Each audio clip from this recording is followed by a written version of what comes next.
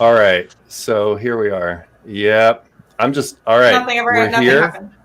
Yeah, nothing happened. Nothing happened. So we have been here having this amazing conversation for about 22 minutes. And Kyle the idiot forgot to click one button. But hey, here we are now, and we're going to have this amazing conversation. Oh, man, I feel really not good right now.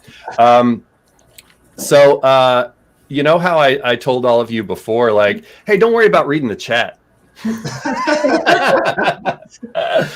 Oh, I am the worst. Okay, I tell you what. So we're here now, and we're just going to kind of do some of that again. You can all say horrible things about me because you probably should. All right. All the insightful things I said. I know. All right. Oh man, I am the absolute worst. It's all good. Oh, it's not. Okay. Yeah. So how about this? I'm going to solo myself for a second. Hi, everyone. I felt like it was important to show you that. Okay, so here we are today. We have this amazing panel, and I made a mistake and was so into this awesome conversation we've been having that I didn't realize that I hadn't actually gone live yet. So I really apologize for that. But now I'm going to come back in here, and I have okay.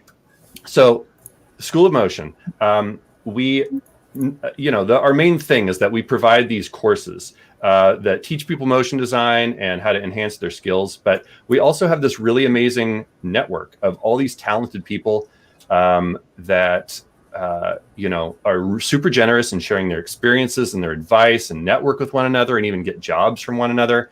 And we're super, super fortunate to have some of these folks with us today. And even though I blew my amazing intro, I really, really want you to give a huge welcome to Abbie, Ian, Earl, Michael, and Maple. For the second time for them.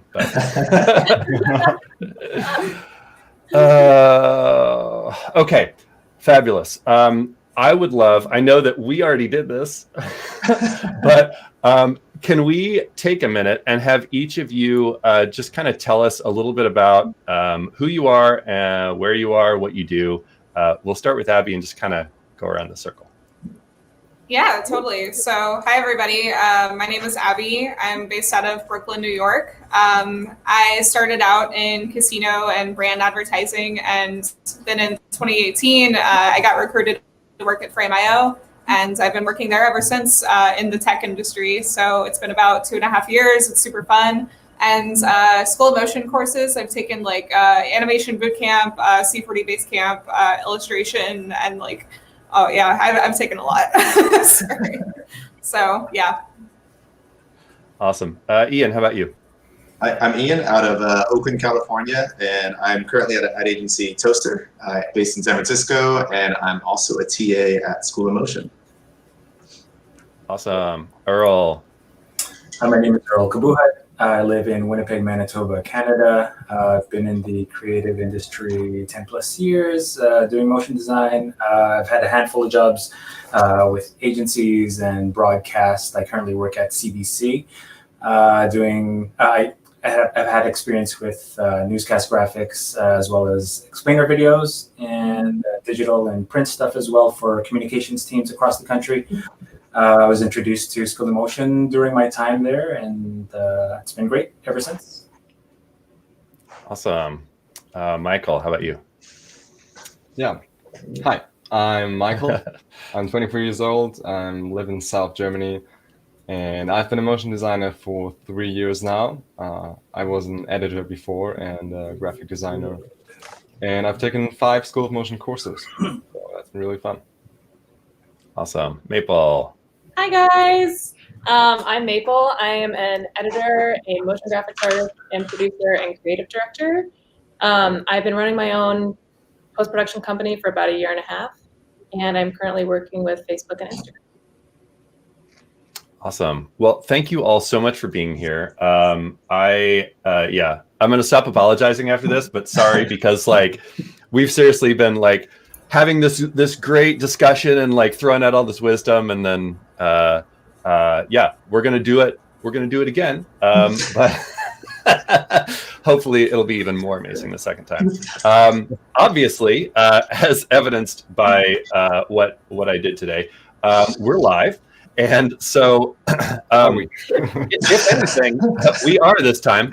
I see it over there. If anything, the activity in the chat before just looked like it was so much. I just assumed. I don't know. People were talking so much. So thanks for being so engaged in the chat with nothing happening. That's kind of mind blowing. But if you have any questions for us, please let us know, because we would really love to get to as many of the questions today as we can. And obviously, since we did get a late start, if any of you feel like you need to hop out earlier, just let me know. But I'm going to plow forward, and we'll do what we can here. Okay, so I would love to take a minute, and we can go around the same way, or we can hop around. If each of you could kind of just tell us for a minute, how did you get where you are now, / how did you get into motion design? You can combine those or do one or the other, whatever feels fun to you. So whoever feels like starting this time. I started last time, guys. Just keep the order. I could do it this time. I got into motion design through School of Motion. I was a video producer at Oracle doing like very boring talking head videos, and then started taking a bunch of School of Motion courses. Eventually I did explainer camp, and then got my first kind of like thing that I designed and made on my own. And then I got hired to contract at Apple. I did an interview. I think someone made a mistake. I don't know, but after working at Apple, all work started coming a lot easier to me. Yeah, that's a pretty good notch in your belt. Yeah. I can go. I got my start working in news. I was a rapid news editor for a while, and I had actually wanted to be a writer, and so I sort of got into editing because it was like a version of storytelling that seemed to be able to make me some money. So, I started there, and then as I was learning more and more about editing via YouTube, totally self-taught. I did not go to college for this. I was realizing that the tutorials that I kept clicking on were motion design tutorials. And so that's like really the end of the story. And as I said before, I'm really happy to have editing as like a tool in my belt, because it's so necessary, I think, to be able to do both. I mean, not necessary, but it's good to be able to do both. But I do like to focus on motion design now. Mm-hmm. Earl, how about you? I got into motion design I'm assuming like many people through college. I was introduced to After Effects for the first time, and yeah, it was a game changer for me. I thought I wanted to do 3D, but that was not the case. And ever since, I've just been working at just local places where I live, whether it's marketing agencies or broadcast, which I'm in right now. So. Awesome. Abbie. Let's see. So, yeah, I got a. Sorry, I'm like totally blanking. I know, and we're repeating this conversation that we had. You're fine. Yeah, no. So, getting into motion design. Yeah, I took a class in college, and that's how I was really introduced to After Effects. It was like intro to motion graphics with like primarily After Effects. So yeah, that's pretty much how I got into it. And then like after school ended, my teacher, Alec Lewis, shout out, he was like, oh, like you should take like School of Motion because like to get your animation fundamentals and stuff, because like animation boot camp, I've heard like really good things about it. And I did that, and it opened like a whole like world of like animation to me. And yeah, I've never really like looked back. Awesome. Michael, how about you? So I started out as a graphic designer at a local company a couple of years ago, and I have a YouTube background from my teenage years. So I already did a little bit, did know a little bit of editing, and they were aware of that. So I was basically their video guy. So I made all sorts of videos for them. And at some point they started to ask me for motion graphics stuff. I didn't know that it was motion graphics at the time. So I did like shitty things in Premiere until I realized, okay, there's got to be a better way. And I remembered one one animation video that I saw. It was A Guide to American Football by Fraser Davidson, awesome piece, by the way. So I rewatched that, and I was like, what are they using for that? And I figured out it was After Effects, so I said, okay, let's learn After Effects, and this was my way to go. I'm glad you brought that up. So I'm a little bit older than most of you, but as I was kind of finishing college, there were a couple of those like early MK12 projects that were kind of the thing that I was like, whoa, this is the thing that you can do. Does anyone else have like a specific project like that they kind of remember as the thing that like made you realize this is what you wanted to do? Yes, 1,000%. Igor and Valentine, who are based in Charleston, actually, I think maybe still. But their work was so exactly, I was just like, oh my gosh, there's storytelling and it's beautiful. It's like exactly what I want to do. Yeah, awesome. Definitely big shout out to those guys. They rock. Awesome. For me, it was like that time when I was introduced to After Effects. I saw they were showing examples, and I saw this Mountain Dew ad that they showed with skateboarding. I totally forget who did it, but then that totally caught my eye, and I was like, that's the kind of stuff I want to do. I'm like, how do I do that? So, yeah. Awesome. I love having something like that kind of look back on that just like did it for you. I kind of have this a little later in my outline, but do you have any of you have like one specific project that you did that you feel like was kind of a big turning point in your career, or maybe maybe you were early on and like weren't quite sure if you're going to make it in motion design, and then you did one and totally rocked it, and we're like, yeah, this is my thing. I mean, I guess I can go. Yeah, I did for Frame.io, we were launching our iPad app, and I did that video entirely in 3D because like we wanted to show like the device and everything in like a cool, like fun Frame.io way. And yeah, that one was like really a turning point for me, just because like I felt like I could handle like a 3D workflow internally, like at Frame, which I feel like is really important and like for providing value to the business and stuff. Just because like, if we had to hire out for that, it would have been like, who knows like how much. So yeah. And like Cinema 4D Basecamp was actually like my, like really like my opening, like for that, like just like, yeah, showing like all the like 3D workflow and stuff like from top to bottom. So. Awesome. Anyone else have a good story there? I also got like that. Yeah, go ahead. Yeah, Michael, have at it. Okay. So when I took design bootcamp, there was one of the later exercises. You had to design a whole bunch of style frames, like an entire animation, 2 or 3 minutes long.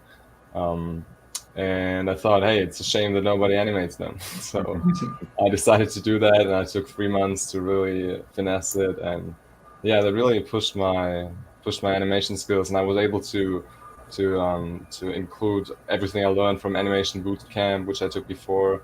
And yeah, so that was my turning point, I guess. That's awesome. I know we're going to kind of talk about like School of Motion specific stuff in a while. Earl, I know you did like a really leveled up version of one of the design bootcamp projects too, that I always kind of meant to animate, but I've definitely never taken the time to do so. I think that's super cool.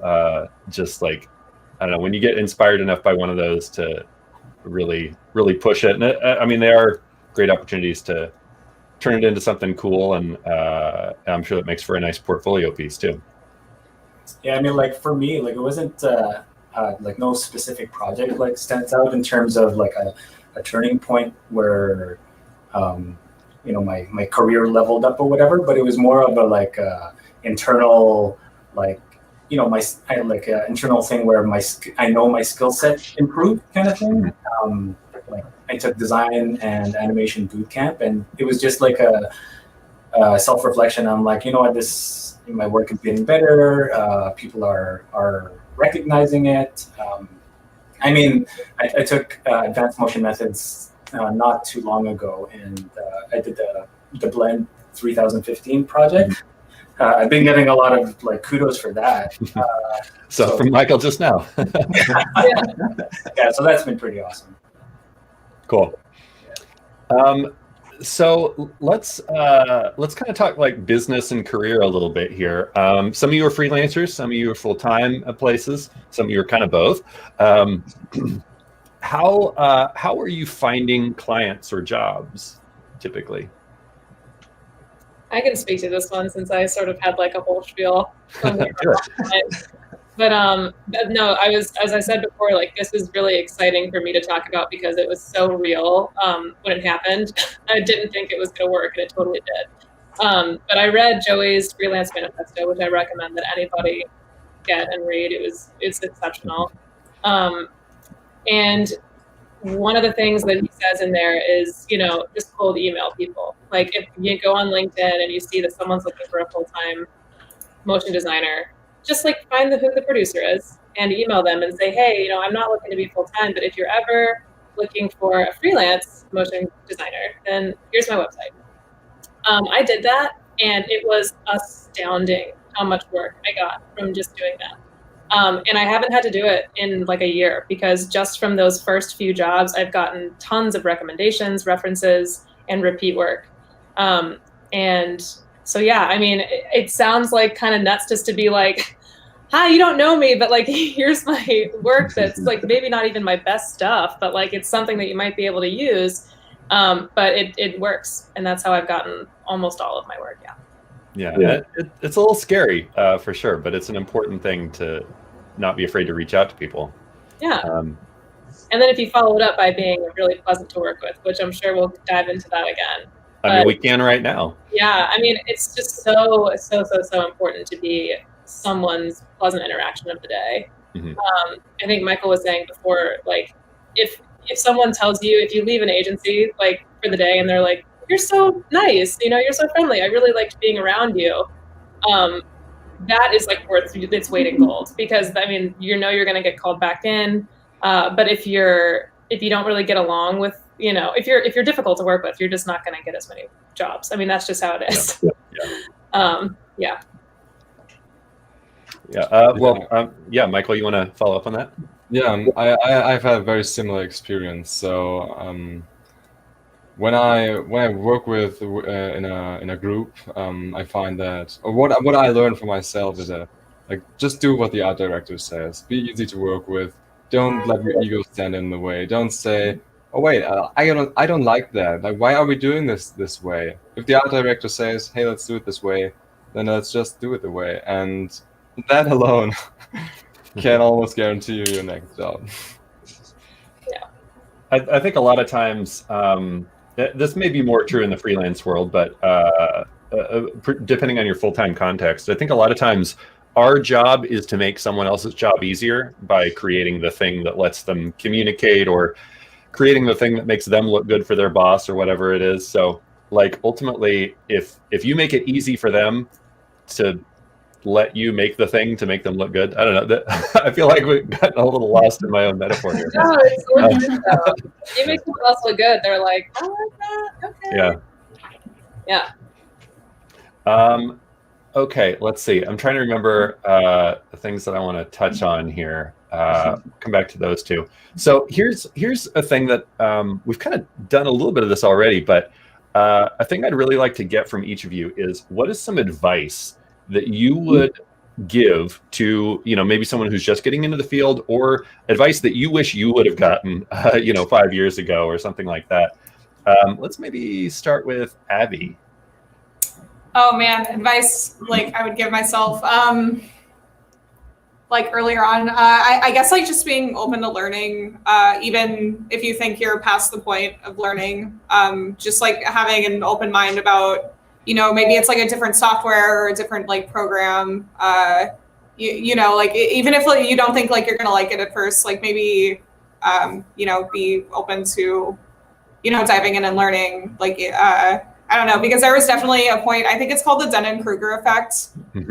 Like there's definitely, you get to that point where you're like, okay, I think I've like learned like everything. And then, you meet like someone, or like you get a certain job and you're like, oh wait, I like didn't know. I definitely feel like I had that moment working for Ordinary Folk on the School of Motion manifesto video, because like, yeah, Ordinary Folk, they just like opened a whole world of like, oh, did you know you could like animate the gradient to make it like better, and you know, that this kind of stuff, like just like really specific things that you wouldn't get like from your own minds, like just like working on like After Effects in your own bubble.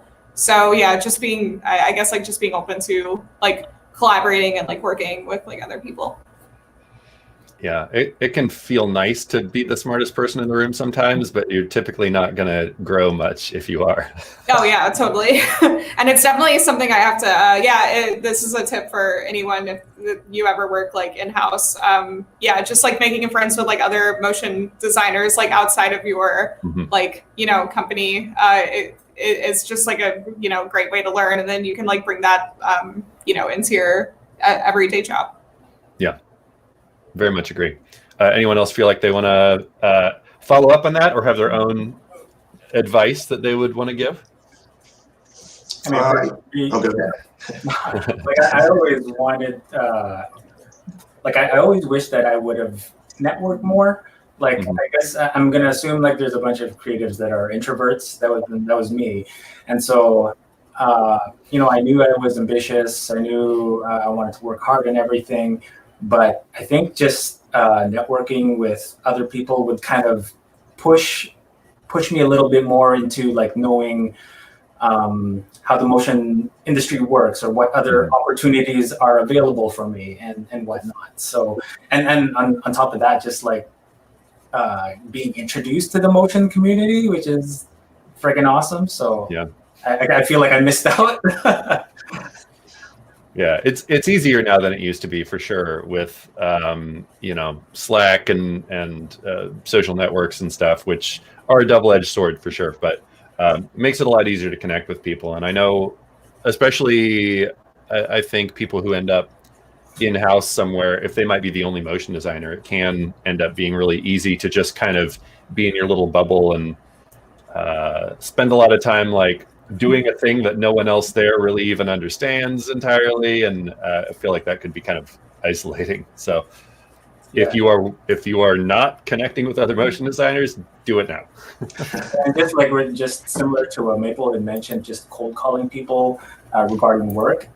Like I apply that to just reaching out to them just to pick their brains. I mean, I reached out to Kyle, and he knows before, but I feel like I've been doing that more lately than ever, and just, you know, just asking about how things work, or whatever you feel like you want to learn more of, and hopefully, I don't know, things down the road you can kind of return the favor somehow.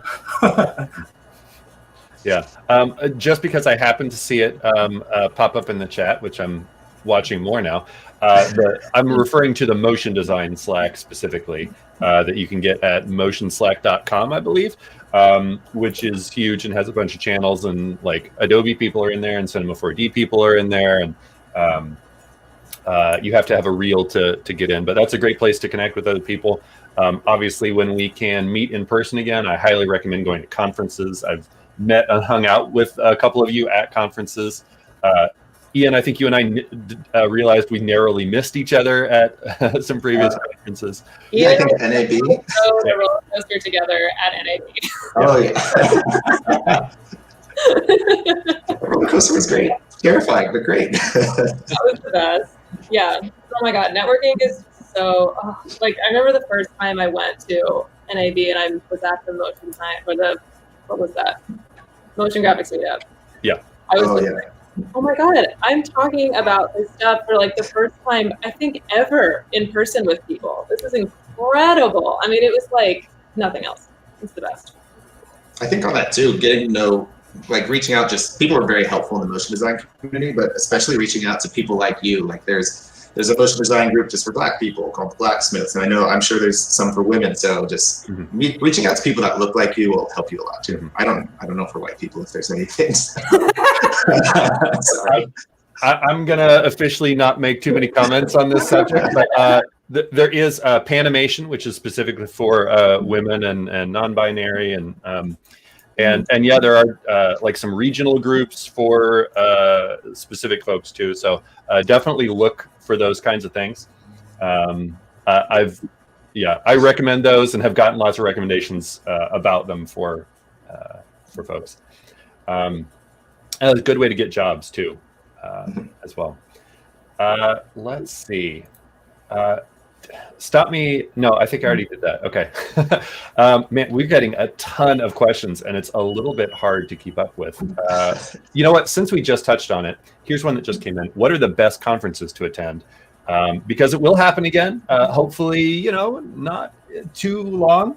I feel like next year is still maybe a little ambitious, but when we can again, what are you most excited to get back to in terms of conference? Blend, and I haven't been to Blend, but it's the best. Yeah, I can second that. Yeah. NAB is like, that was my first conference, and that was like where I met, I think, like most of my motion design friends. So yeah, definitely NAB. I can also say, like, right before the pandemic hit, I went to Boston. I'm in New York, so I went to Boston and went to like a just small Boston MoGraph meetup there, and I had the best time, and I'm like great friends with the people that I went to there. We just like went to a brewery. Like, it was super chill, but it was, you know, it's like, it was a hop, skip, and a jump from where I am. It was great. Stuff like important. I agree. I've definitely found that most people in the industry are really cool and happy to talk about nerdy stuff, and even like a lot of the folks that that you know you might be intimidated to talk to and stuff. They're just nerds that have been doing it for a few more years than you have, for the most part. So don't be intimidated to reach out to people. Definitely.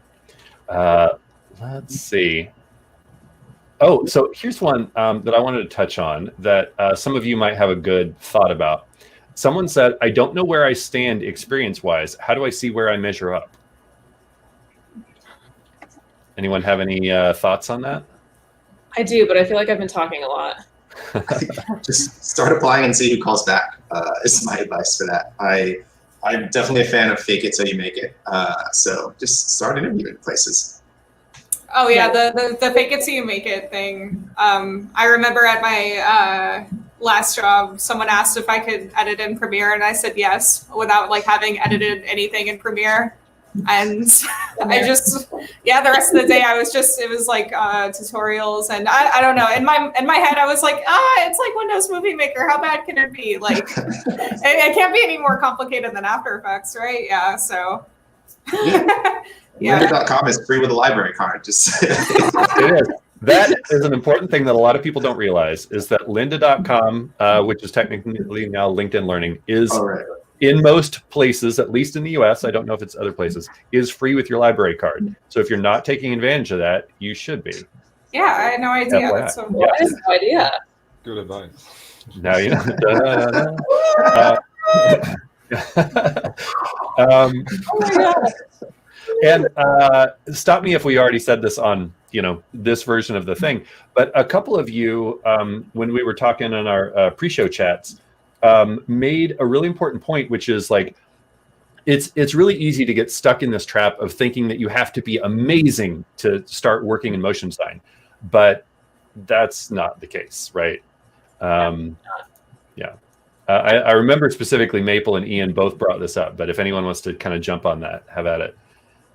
No, I just feel like it's so, if there's only one thing that anyone takes away from this chat that I have said, it's that there is good money for motion designers all up and down the skill ladder.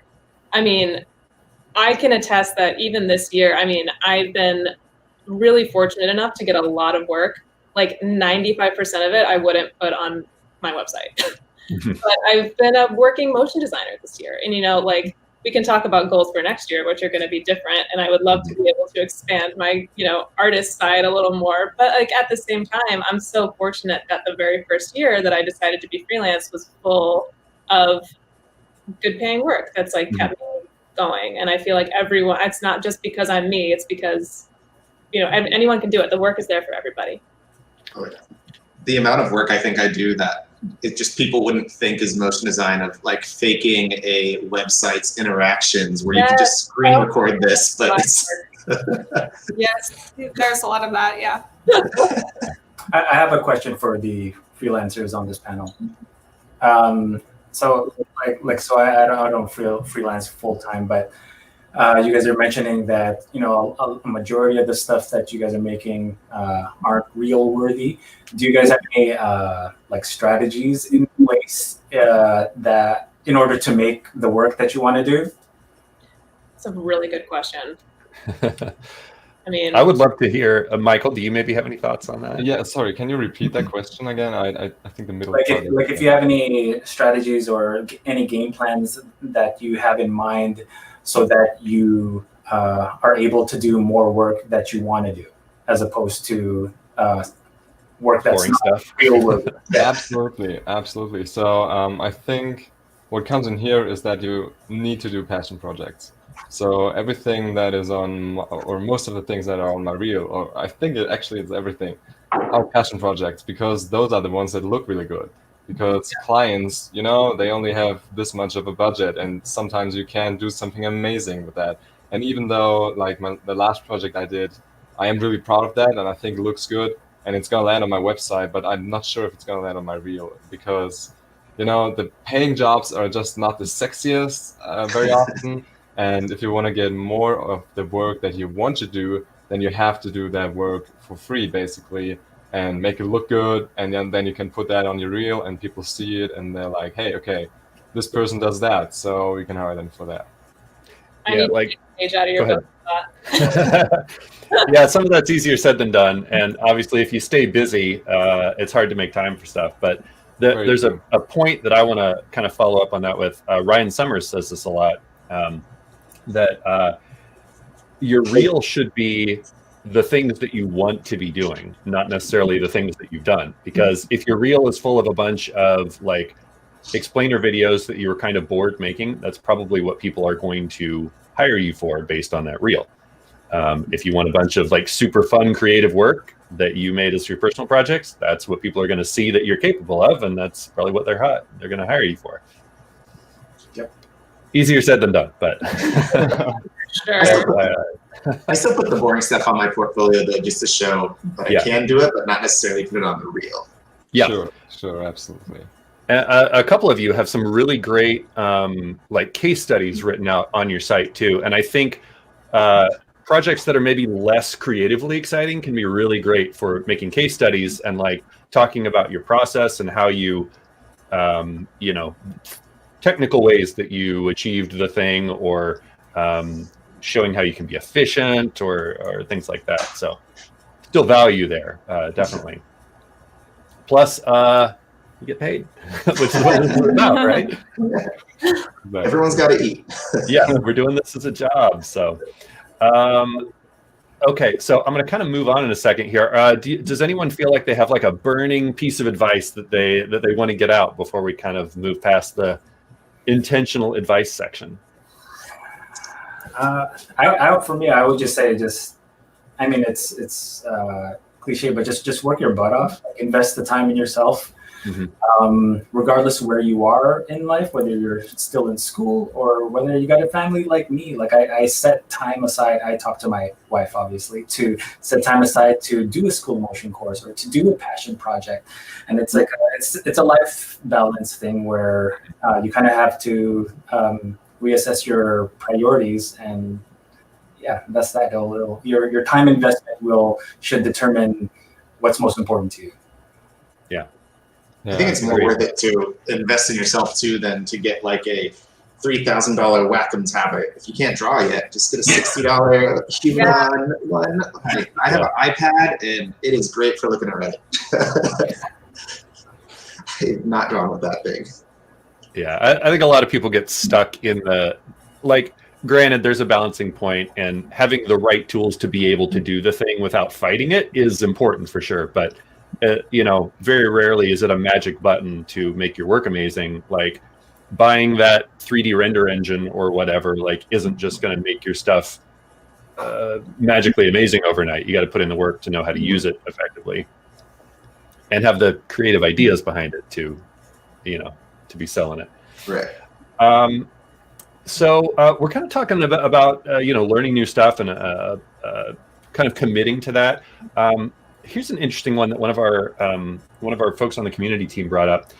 How do you kind of like, when you are learning new stuff, and some of you just said fake it till you make it, which can't be an answer. When you are learning new stuff, how do you kind of close that confidence gap of like feeling like you can be applying those skills? There's always sort of a hump to get over, or maybe you're all just like super confident rock stars and you just, I got this. I would say just embrace the journey, right? Like regardless where you are in your career, I consider this field a field where you're always learning, and we're all lifelong students. So. Mm-hmm. I think that's a really important thing to point out too. Is like, and I guess I was going to say this with the advice, but like, don't let your portfolio hold you back. It's like, it's not who you are forever. It's who you are right now. I mean, especially for me right now, like I've only been doing paid work this year. It's like, but I know that like, every motion designer has their own journey. It's like, don't be intimidated or afraid to like make, another call to another company just because you don't think you're good enough. Like you're always changing, you're always learning, Mm-hmm. It's like so important to remember that. Mm-hmm. Yeah. Anyone else have thought on that? I have a good thing to follow up, but it might take us in a different direction. So.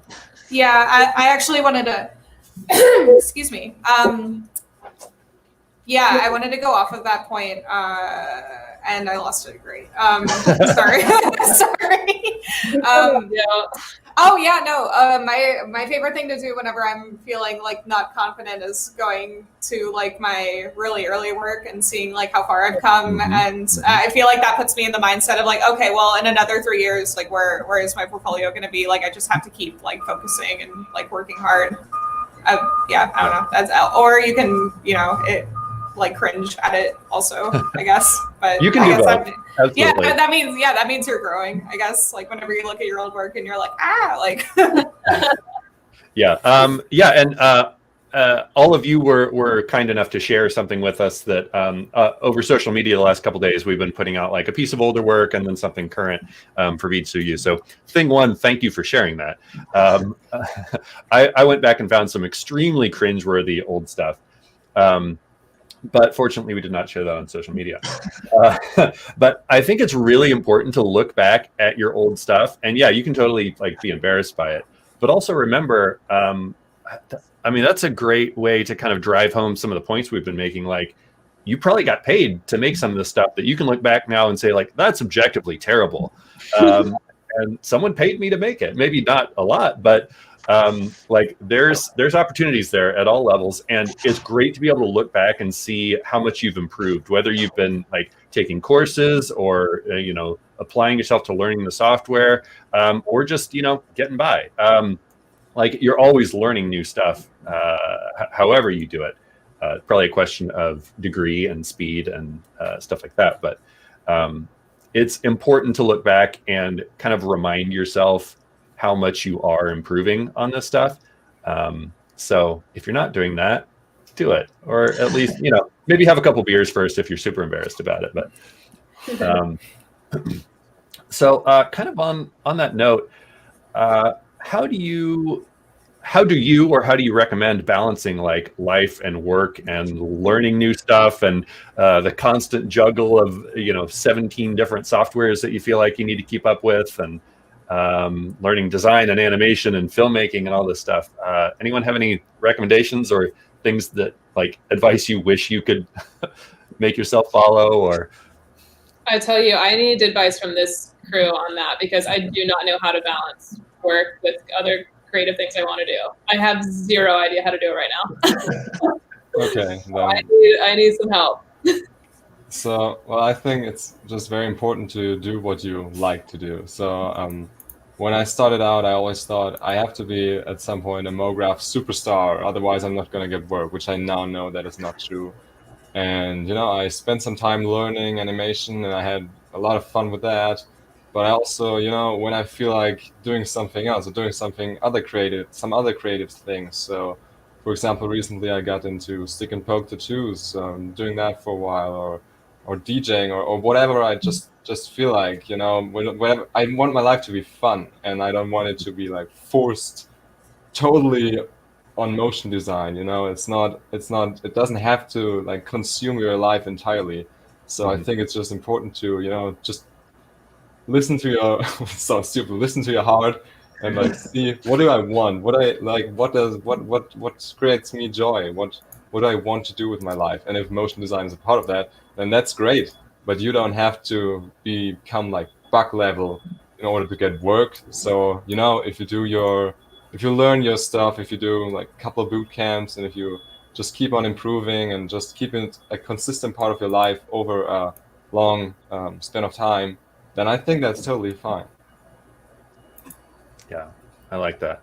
Earl, I know you posted an article a couple weeks ago that I really liked. I mean, you and I, we both have families and we're kind of similar age, and I think that helps with that perspective. But I think it's easy, like when you're young and energetic, to be hyped about like working 18-hour days to do a prestige project. But as you gain some years, I think it's easier to remember, like, maybe that's not the end goal, right?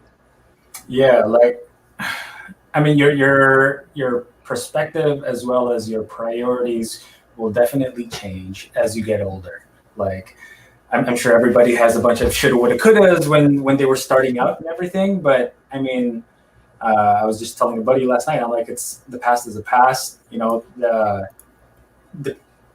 If I were to tell my older self what I knew now, I may not have the life that I have now. Like it's go at your own pace, and just know that everybody's on a different path. And it take me a lot longer to get to the buck level or whatever compared to the mid 20-year-olds. But I'm like, I don't give shit. Like, you know what I mean? So. Oh yeah, I agree. I switched careers at 30 to be a motion designer, so it's not too late to learn. And it's like working with 24-year-olds. Like, you design that? It's offensive, but it's fine. I just noticed a question that I think there's a couple here that kind of coming in. Someone who said sounds like they're changing careers from another creative field, or like for someone who's getting started, what do you think are the most required skills for motion design jobs? You gotta know how to use a graph editor. Just master that baby. Yeah. Very good advice. Truly. I mean, if you only knew the graph editor, you could get so much work. Like a lot of work. I mean, even just like simple type animations, like it's like if you can make something move the way you want it to, you're gold. Move past ease and whiz, people. Oh Yeah. my! Plug in. No, never. It has its uses. Sorry, go ahead. Yeah. I mean, like, yeah, if you're in the in-house space, I guess like one piece of advice I would give is like just be prepared to be a jack of all trades. So like as long as you can be like good at, because like they're not going to need like motion all the time, like whatever in-house like place you're working at, especially like at Frame.io early on when we were just getting started. Like a lot of times I was the only person like creating a lot of like our marketing material, and so I had to get like good at like typesetting and just like basic like design skills as well as like motion. So yeah, if you're looking into going to the in-house space, like I would definitely recommend like being a generalist first. And it sounds like really daunting, and it sounds like you have to be like good at everything. But like if you're like just okay at everything and like you get the job done, I think they will appreciate that. I don't know. Yeah. Mm-hmm. I think the pen tool, every software uses it. Yeah. You use it to animate curves. You use it to Photoshop things out. I know I TA for Photoshop Illustrator a lot, and everyone hates the pen tool when that lesson comes up. It's like you'll use it in every software. Yeah. No Abbie Bacilla handles. Yeah. Oh, yeah. I don't know if everybody got the same feeling when they did everybody take animation bootcamp here? Yeah. I don't know if they got the same feeling when they saw Joey speaking. It was a promo or something, and he was like saying something along the lines of, if you feel like something is missing in your work, and something along those lines. And I'm like, yeah, that's me. I'm like, I feel like animation bootcamp in general, like if you're wanting to get into motion, it opened my eyes a ton, I think. It's key. I still go back and look at some tutorials just sometimes, just to like refresh, It's like I highly recommend that anyone who wants to get in this industry take animation bootcamp. Yes. Game changer. Yes. So that brings up a question that I wanted to ask each of you. What, and maybe we have our answer for some of you already. What was your favorite and or most valuable School of Motion course, and why? Yeah, I mean, that was my answer. Yeah. Yeah, I was gonna say like animation bootcamp was gonna be my answer too, just because I don't know, those like foundational principles, like you can't just like watch a few like YouTube tutorials and be like fine with it. You genuinely like have to like study them and practice them. And I feel like animation bootcamp really like solidified those like that foundation for me to like build the rest of like my career on top of that. Yeah, I agree. Animation bootcamp by far and away. I mean, the other ones that I took, advanced motion methods was like, I will never forget like going to the first video. I was like, wait, what? I think I watched this. I was like, what just happened? Like the other courses are amazing, but like animation bootcamp far and away is like the most useful over time, I guess, and like for getting started. My favorite's expression session. I just did that recently, and it's expressions are super daunting, and I finally got to the phase now where I spend more time trying to make an expression than to actually just try to animate it. And I just welcome. It's like last week I was working on something. I was actually talking with you, Kyle, about it, trying to figure out how to make it work, and then I was like, I spent like 3 hours on this. I'm just moving the keyframes, but it can really make your life a lot easier. Wait, is it linear? That's my favorite. I use that. Mm-hmm. That linear all the time. is amazing. Yes. For anyone who's not expression savvy, linear is like the magic sauce that can make any property connect to any other property of any type, really. So once you learn it, you will find yourself using it all the time. So yeah, expression session is really cool, and it's a great. It's a lot of like almost like creative problem solving, and expression are just the tools that you use in there. So here's one that Frank, our head TA, actually thought would be a good thing to bring up for each of you.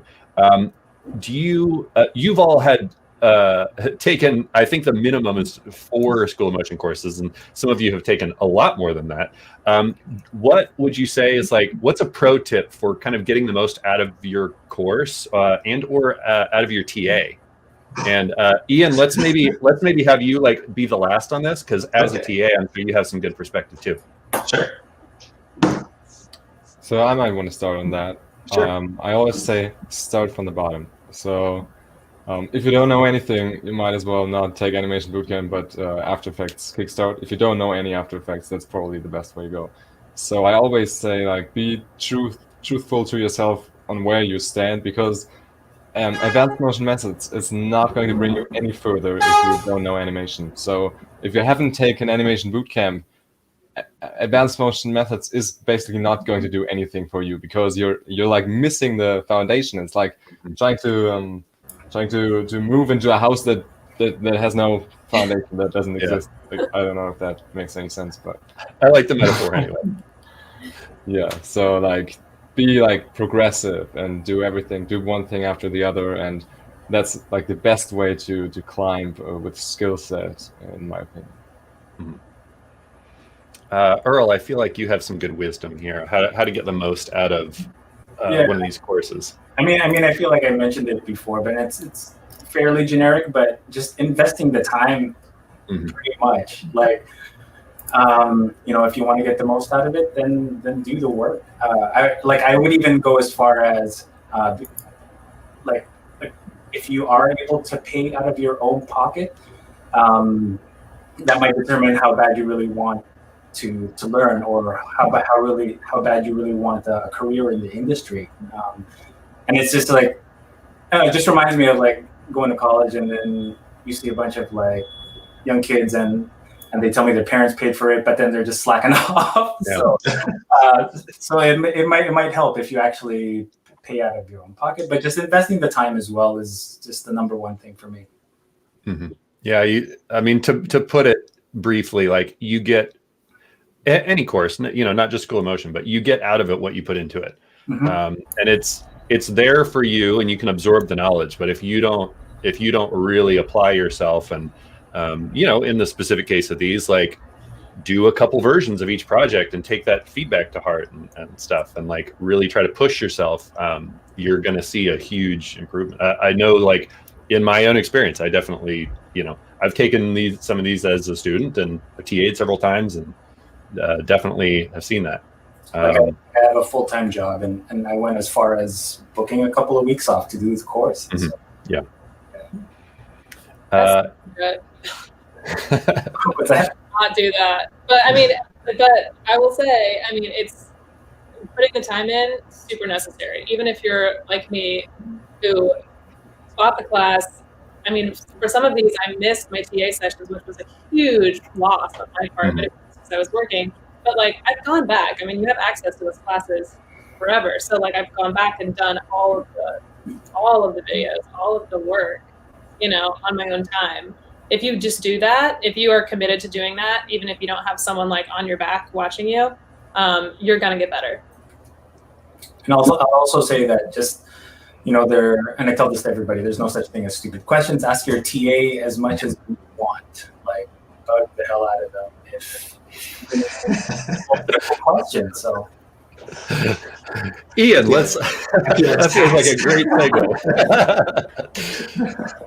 segue. What would you recommend for people, especially like getting the most out of the TAs that they have access to? I think asking the Facebook group is really helpful too, because people will just give a lot of different perspectives than the TA may have, because a lot of the work could look the same for us. Another thing I think that's really valuable is just looking at other students' projects, because you can go in the homework locker, download their files, and look at it. So there's like a project in the Photoshop Illustrator class where you have to do a glow on Joey's head, and some people just make these really nice glows, and some people just kind of like use the brush and it looks okay. But just kind of going in and seeing how someone else did that, if you like how it looks. It's okay if you kind of copy them, just make it your own. And then make sure to ask questions. There's so many people that submit projects and just have it's nothing. They write no comments, no anything, and just trying to figure out what they were doing with it or what they're going for. Just try to provide some background if you can. Mm-hmm. Yeah, a little bit of context and a little bit of personalization goes a really long way for helping your TA know what you were aiming for. And like, if you turn in something kind of crappy, but you even leave a message like, hey, I didn't have a lot of time, this is just my first version. That's very different context than you just turn in something crappy and no work. Like the assumption is like, well, I guess this is what you got for me. So I think the Facebook group too is really are really helpful, because at least I think all the TAs are working full time. I am, at least, so I don't have time to respond to emails multiple times a day. So if you ask a question and I get back it's the next day, you might get an answer in 10 minutes in the Facebook group. Yeah, and there's people. It depends on the course certainly, but there's going to be people in there with, like you said, a ton of different backgrounds and experience levels. And sometimes you might have someone that has been a graphic designer for 20 years and they're just getting into this stuff, so they may have a ton of amazing advice on that topic, but still learning the After Effects buttons to click or something like that. But like the network that it creates either within the course or the alumni group or whatever is really cool for all that kind of stuff. Mm-hmm. Which I feel like I should ask another viewer question. These are like scrolling off the bottom of my list here, but I'd love to just add up on the last thing. Have at it. So what brought me most furthest was in fact the alumni group. So I think like bringing time is amazing, and if you can keep up with the flow of the course, which means like doing the stuff on time, that's what got me the most out of it. So being able to compare my work to the work from all the students, and that's important as well. Post your work on Facebook. Just don't be afraid to show off what you're doing on the Facebook group, and just being able to see the same exercise done by like dozens of people.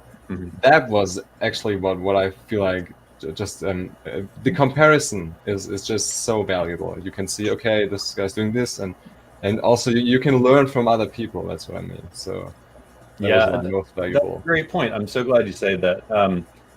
It's like I said, I know from doing this myself. When you first come into some of the courses, there will be people in there that are way better than you are, and maybe better than you will ever be, taking the same course as you. And that can be super intimidating sometimes. But if you can get over that and like just kind of remember, like, you know, we're all coming from different starting points and probably not all headed towards the same destination, but you're here to get the most out of it for yourself. And if you can just kind of like get over yourself enough at the beginning to like not be afraid to post stuff and talk with other people and like make comments on other people's work and stuff, you'll get so much out of that. I'm sure it's true for other courses as well. I know the way School of Motion stuff works specifically.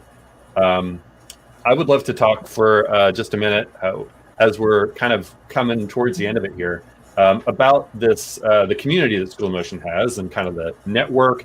I know a couple of you have specifically gotten jobs because of the School of Motion network. So just kind of any thoughts or, you know, things you'd like to recommend or give shout outs, whatever you want. Yeah. I saw Abbie nodding. Yeah. Well, I don't know, just like making friends, like you don't have to look at it as a networking thing. You can look at it as like, hey, this is a person whose work is really cool. And like, you know, if they think my work is cool, that's like a new friend. I don't know. Yeah, that's basically how I've been, you know, like going at networking, I guess. It's less of like a professional thing and more of like a friendship thing. And I agree. Yeah, I think it should be. That would be my big advice. Yeah, as it should. Yeah, exactly. Like, you know, the last thing you want to do is like slide into someone's DMs and be like what, you know, like, hey, can you get me a job at like this place? I don't know. Right. Like, yeah, like I saw you work at like this place. Can you get me a job there? That kind of thing. Yeah. That's pretty much all I have to say on that. Yeah, don't make it a transactional relationship. Right, exactly. Yeah. Anyone else have any thoughts on that? Gosh, I mean, just to second that, I guess, like just be friendly and it will take you, the world will be your oyster. If you're just a friendly person. That's been my experience anyway. Yeah, totally. And having those, like keeping those friends to like bounce, like, you know, if you have a personal project you're working on, and you just like send, like, you have like that group of friends, you could be like, hey, like, how does this look? And they have like the vocabulary to be like, oh, you know, that could have been eased in a little bit better, or, you know, your color theory is off, that kind of stuff. So yeah, that's a great point. Like, your mom is always going to think it looks awesome. Yeah. But being able to have like a group of folks that, and I know a lot of like courses and the alumni page and stuff kind of generate some of this organically, where people end up creating their own little side groups and stuff for critique or working on projects together, hiring one another.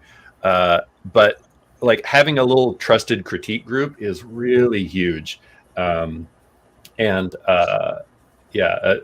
a thing that I, you know, have experienced myself. It's, I don't know, being able to toss your work out and get that kind of really good feedback from other people and giving it to other folks, is huge. If you haven't given feedback on other people's projects, I can't recommend that enough. Like, being a TA really gives you that eye for it. But, even not as a TA, like take the time to critique other people's projects when they ask for it. But you will start seeing so much of that stuff. And I mean, you're basically training yourself to be a creative director then by, learning how to communicate how to change things, but without necessarily like telling them exactly what to do. But you kind of find the way to like suggest ways that they can find the ways to improve it and stuff like that. But yeah, big thumbs up for that, I guess. Let's see. Man, there are arguably too many questions to even just like think about. Let's see. Some of these are very specific, and I don't think they'd be great. But yeah, obviously everyone is. Yeah, I don't want to talk about rate stuff. Here's a question. Does anyone have any specific? This is a weird year to be making it, but does anyone have any specific plans for the future? Things that they're wanting to learn, wanting to do or make, or what are you planning for the hopefully brighter future that we have before us in hopefully near term? Yes. Oh my God, yes. This year was so much just like paid work this, paid work that, which is important. But like next year is like the year for Maple creative development. I'm really, really excited. I want to like make a short film. I don't know what it's going to look like. I'm sure every single person on this panel is going to see my style frames at some point, and I'm going to ask you for tips on them. That's the future next year for sure. And I'm saying it on this panel so everyone holds me to it. Accountable. Anyone else have a thought on that? Yeah, eventually I'll work on a personal project. I haven't been telling myself that for 3 years. I have not. Yeah. This is the first year I've said it. I have been suggesting to people to, like I myself, like just like everybody, personal projects take forever. So I've been just making micro content just so I know I'm gonna finish it. It's achievable, yeah.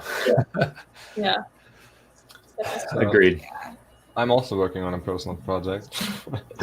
And I know already it's going to be like a huge thing because it involves a lot of cell character animation, which I am basically unable to do. I'm trying to figure it out as I go, but I don't feel like rushing. Like for me, it's fine if it's done in a few years, and I can just take my time and really like don't try to rush it and finish it and just include like certain MoGraph trends or gradients or whatever, and just make it like a thing that just, I don't know, that just happens to come out of my hands.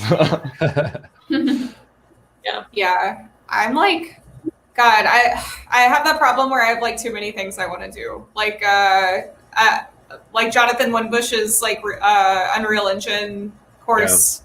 Yeah, that's been popping up on my feed a few times. I'm like, man, I should really learn Unreal, but I also want to learn like more illustration to have that in my portfolio, and I also want to learn like more 3D stuff. So just like trying to I guess like compartmentalize those into like actionable goals is the big thing that I need to do right now.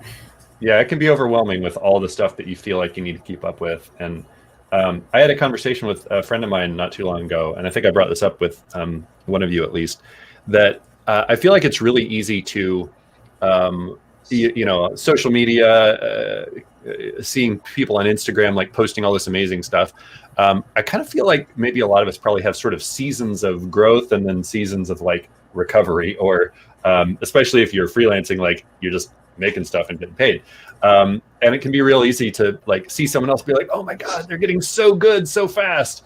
And yeah, but maybe like, a year from now, you're not going to be noticing that they're not posting amazing stuff every day because they're just like doing other stuff. And just like be kind to yourself and remember that like you'll probably have periods where you're leveling up and periods where you got to catch your breath. So I don't know if we specifically talked about taking courses back to back or taking multiple courses or anything like that. Does anyone have recommendations on that while I kind of wrap up that point?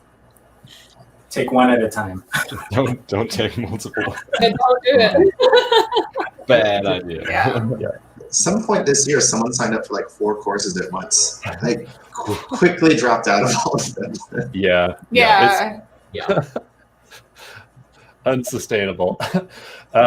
Okay, so I have kept all of you for quite a while here, and I feel like we should probably wrap stuff up. I'm going to do a little bit of like school of motion business here, and then we'll come back to you in case anyone has any final wisdom or anything. So I did want to say, with the extra chaos, I actually don't know if this link is ready. It will either drop in the chat or it won't. But starting on Monday, you'll be seeing our 12 days of Mo graph. We have holiday giveaways. All of you fine people are eligible for this. I'm not, but we have a bunch of really cool stuff to give away. So keep your eye out for that. And there may be a link in the chat. If not, stay tuned for Monday. I did want to remind everyone watching that registration is open for the upcoming session that starts on January 4th. And we actually have a couple things that we're doing this upcoming session. Like if you register for Character Animation Bootcamp, you actually get Rigging Academy for free for this coming session. And we actually reduced the prices for Expression Session and VFX for Motion. So if you're interested in either of those, this might be a good time to do it. We had David Ariev on just a couple weeks ago for the brand new Lights Camera Render. And I just wanted to mention that those are the seats for that course are selling quickly. So if you're like deciding whether you want to do it or not, I would recommend jumping on it. Yeah, and let's see. I will be back 2 weeks from now on the 18th. I forgot to write that down. Sounds right. We're going to have, I don't know, what I'm calling a holiday special. We'll see what that turns out to be. And I probably have a couple other guests, which is good because you don't want to just listen to me the whole time. I would love to kind of go around quickly, and we've been dropping some of these links in the chat while we're talking, but let's just kind of start with Abbie and go around. If people want to find more about you, follow you on social, stuff like that, where can they find you? And do you have sort of any like parting wisdom for us? Yeah, so you can find me on abbiebacilla.com. I think it's been linked in the chat a few times, but yeah, if you want to like look at more of like my artsy stuff, my Instagram is the same, Abbie Bacilla, and then Abbie_K at Twitter if you want to watch me like retweet a bunch of like stupid stuff. And parting wisdom, 2020 is almost over. That's exciting. We can all just like, yeah. So yeah, new year, new me. I don't know. Ian. Okay. Anyway, next person. No, that's optimism. Yeah. IanBoldon.com is mine. My social is at Boldon the Move. And parting wisdom is drink water, I think. Great. It's never bad. Yeah. Or whiskey, either one. Some of both. Everything in moderation, right? Yeah. Earl, how about you? My website is earl.media. You can find my Instagram at earl.cabuhat. Parting wisdom, I think I said enough, but just be nice to folks, or nice to them. Yeah, well said. Michael. So my website is formzooform.com. It's a German word I probably should have considered earlier before I named my company this way. Anyway, wisdom, yeah, I can only second Earl. Just be nice to work with. Know what you're doing. At least like know your basics. School of Motion is a great place to start. So if you do some courses and you're just a nice guy or a nice lady, you know, your career's in a good shape. Agreed. All right, Maple, send us out. All right. My website, which just desperately needs an update, is mapleship.com. And you can find me on social. I'm just the only Maple Ship out there. Hopefully, if there's someone else, I'm going to be real. We'll deal with the other Maple Ship if she exists. Yeah, that's great.